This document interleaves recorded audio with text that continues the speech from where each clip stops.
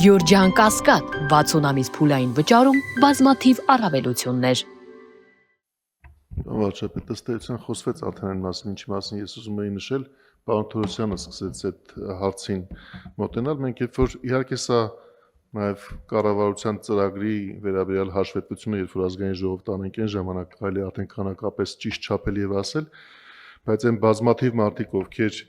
65 բարձր թոշակային տարիքում են եւ արդեն նշվեց, որ իրենցից շատերը այսօր այդ առողջապահական ծառայություններին հասանելիություն չունեն, այս եղանակով իրականում միջին կենսաթոշակի ավելացում են ստանում, որովհետեւ այն ինչ որ երեք պարոն Թորոսյանն էլ իր զեկույցում ազգային ժողովում նշեց, ասաց երկու ցուցանիշ կա այնտեղ, մեկը նվազագույն թոշակ եւ սպառողական զամբյուղի արժեք եւ միջին կենսաթոշակ եւ սպառողական զամբյուղի արժեք։ Մենք այն ժամանակ հաշվետվությամբ կպարզաբանենք նաև թե ում վրա է դա անդրադարձել եւ ըստ էության դա լուծում է նաև կարևոր ծրագրային այդ խնդիրը եւ խոստումը։ Շատ լավ, իմիջիալոց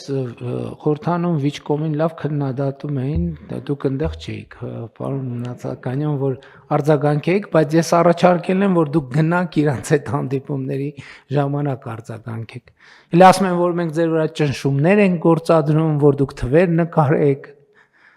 եւ այլն եւ այդպես շարունակ։ Ինչ։ Հա, պարոն Գալի լսում եք քննարկումները թե չէ։ Ոչ միայն լսում ենք, այլ նաև արձագանքել ենք, արդեն հրապարակվել է եւ շատ կոնկրետ, փաստարկված ձևով, պարոն վարչապետ։ Վիճակագրական կոմիտեն հիմնազուրկ է որակել ընդդիմադիր падգամավորի մեղադրանքները, հրապարակվել է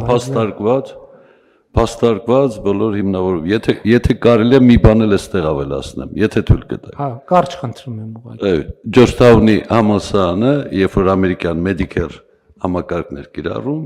շատ հետաքրքիր թվեր բերեց, որ 70-ականներին նույն կուրսի 17 բժիշկների նույն արյան անալիզն էին տվել ախտորոշման համար, 8 տարբեր ախտորոշում էին ստացել։ Իսկ 2000-ականների կեսին, երբ որ թվայնացրել են,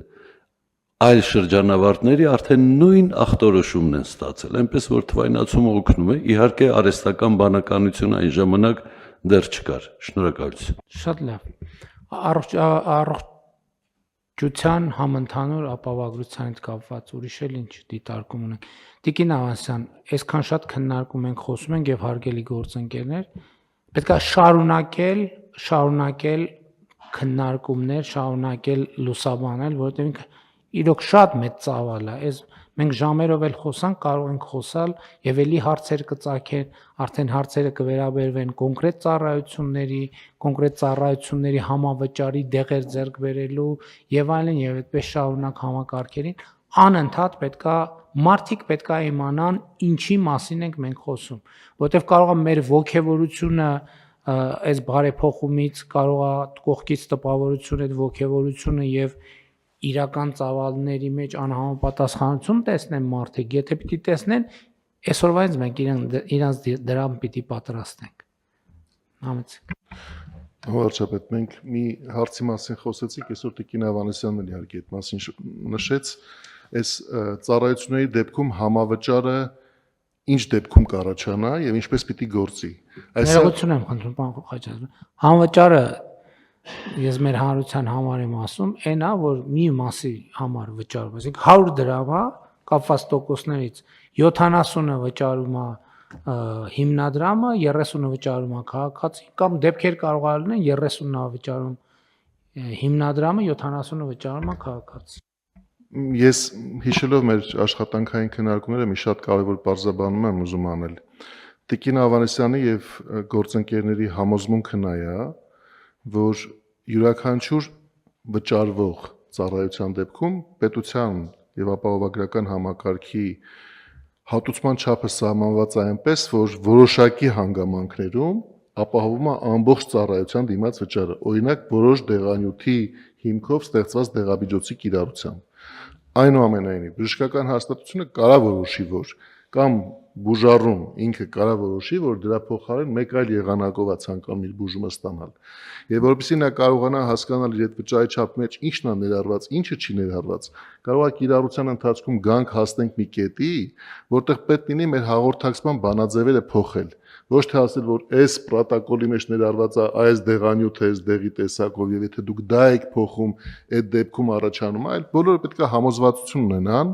որ ստանդարտ եղանակով հատուցումը ապահովագրական թույլ է տալիս բուժման էֆեկտիվ ընդորում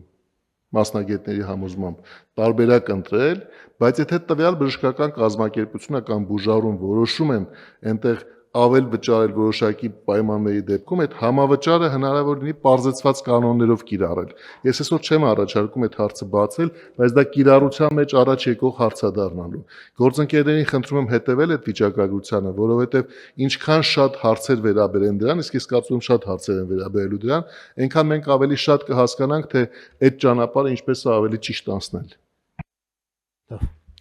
Շատ լավ, հարգելի գործընկերներ, քվեարկության անհրաժեշտություն չունի, բանն եք ավելացնելու։